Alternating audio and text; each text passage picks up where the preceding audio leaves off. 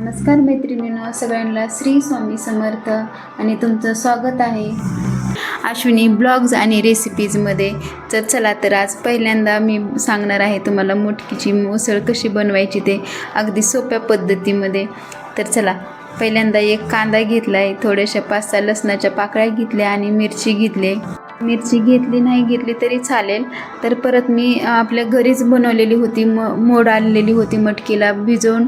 आणि नंतर जर तुम्ही बाजारातून मटकी घेऊन येत असाल तर ते बाजारातल्या मटकीला थोडेसे वास येतो, त्यामुळे 5-6 पाण्याने चांगले धुवून घ्यायचे आणि पूर्णपणे त्याचं पूर्ण पाणी स्वच्छ निघोस तर मटकी धुवून घेतली इथं मी.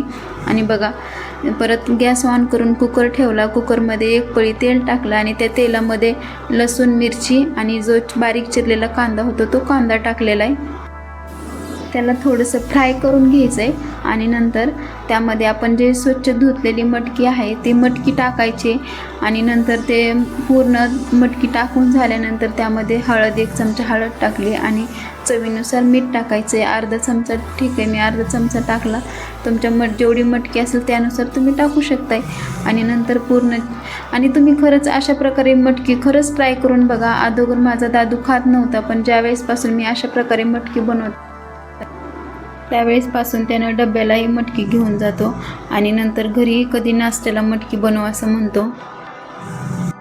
कारण लेकरांना मटकी आणि म्हणजे कोणतेही कडधान्य फार गरजेचे असतात. तर ते असे कच्चे खाल्लेले तर खूपच छान असतात, पण आता सध्या कोण कच्चं खात नाही, त्यामुळे थोडीशी टेस्टी बनवली की अवश्य लेकरं खातात.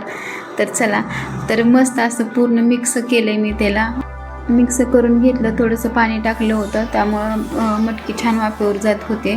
आणि 2 शिट्ट्या होऊन द्यायच्या, जास्त नाही होऊन द्यायच्या, पण 2 शिट्ट्या होऊन द्यायच्या. 2 शिट्ट्या जरी झाल्या तरी आपली मटकी छान अशी वाफेवर तयार होते. तर बघा, छान अशी मटकीची उसळ इथं तयार झाली, जे आपल्याला लहानपणी शाळेत अंगणवाडीत मिळायची. तर मग ह्याच्यामध्ये थोडासा चाट मसाला असेल, चाट मसाला, पण मी तर चाट मसाला अवेलेबल नव्हता, तर मी छोले मसाला टाकला आणि चांगलं एकजीव सगळीकडे मसाला पसरेला असं चमच्याने हलवून घेतलं. आणि नंतर त्यावरती मी थोडंसं लिंबू होतं ते लिंबू थोडंसं टाकून घेतलं आहे. आणि लिंबाने थोडंसं, जर मसाला तिखट लागला असेल तर लिंबाने थोडंसं तिखट नाही आहे लागत, त्यामुळे थोडंसं लिंबू द्यायचं आणि लिंबाने थोडीशी टेस्ट पण वेगळी येते. आणि त्यावरती छान अशी कोथिंबीर टाकून घेतली. मस्त अशी आपली इथं मटकीची उसळ तयार झाली आणि त्याच्यासोबत थोडीशी काकडी दिली आणि छान अशी डेकोरेट पण झालेली आहे. तर नक्की अवश्य एक वेळेस अशी मटकी ट्राय करून बघा. So bye. व्हिडिओ आवडला असेल तर लाईक करा आणि शेअर करा. Bye bye.